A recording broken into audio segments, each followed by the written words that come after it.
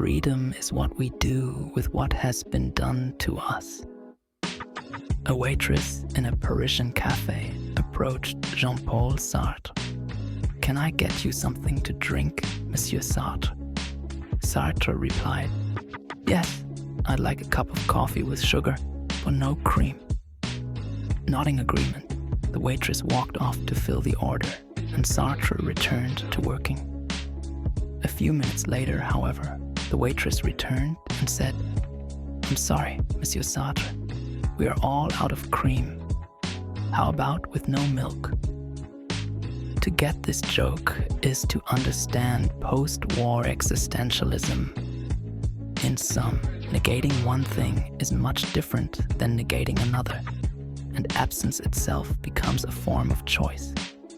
Sartre's world is one in which human freedom is defined not by what we have, but by how we respond to what we don't. This is central to the existentialist idea.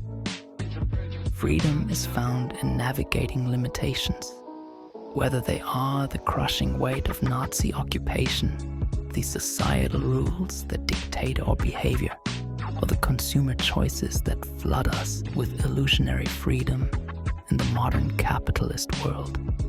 This brings us to an odd yet telling phenomenon of the present day: the commodification of absence. Consider products sold with labels like sugar-free, gluten-free, salt-free, additive-free, or casein-free. Ironically, the absence of these ingredients becomes a marketable feature, often priced higher than their conventional counterparts. A product that is free of something becomes, paradoxically, a product in and of itself. We pay more for what isn't there than for what is. Sugar-free is no longer just a descriptor. It's a concept, a brand, and a choice that signals a lifestyle, a morality, or even a rebellion against the sugar-saturated food industry. The same logic applies to the digital world. Ad blockers and identity protectors, tools that promise to subtract intrusive advertisements or data tracking from our experience, become prized products of their own. Here, too, what is absent, ads, tracking, intrusion, has an intrinsic value.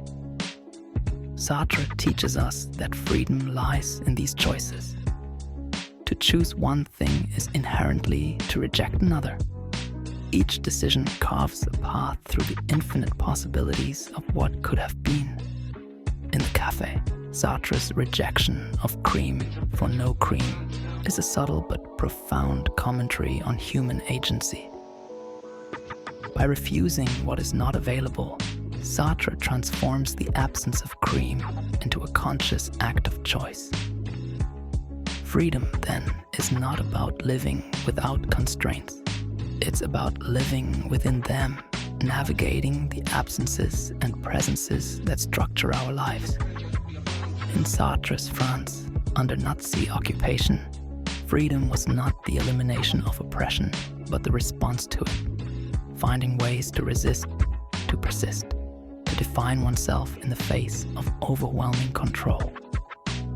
Today, we face different constraints. The bombardment of consumer culture, the constant pressure to curate our identities in physical and digital spaces, the paradoxical abundance of choices that make every decision feel overwhelming. Freedom, as Sartre reminds us, is not found in the absence of difficulty, but in how we respond to what is given or taken away. Whether in a Parisian cafe, a post-war world, or the digital age, it is in our hands to choose, to define, and to transform. Even in the absence of cream, freedom is never absent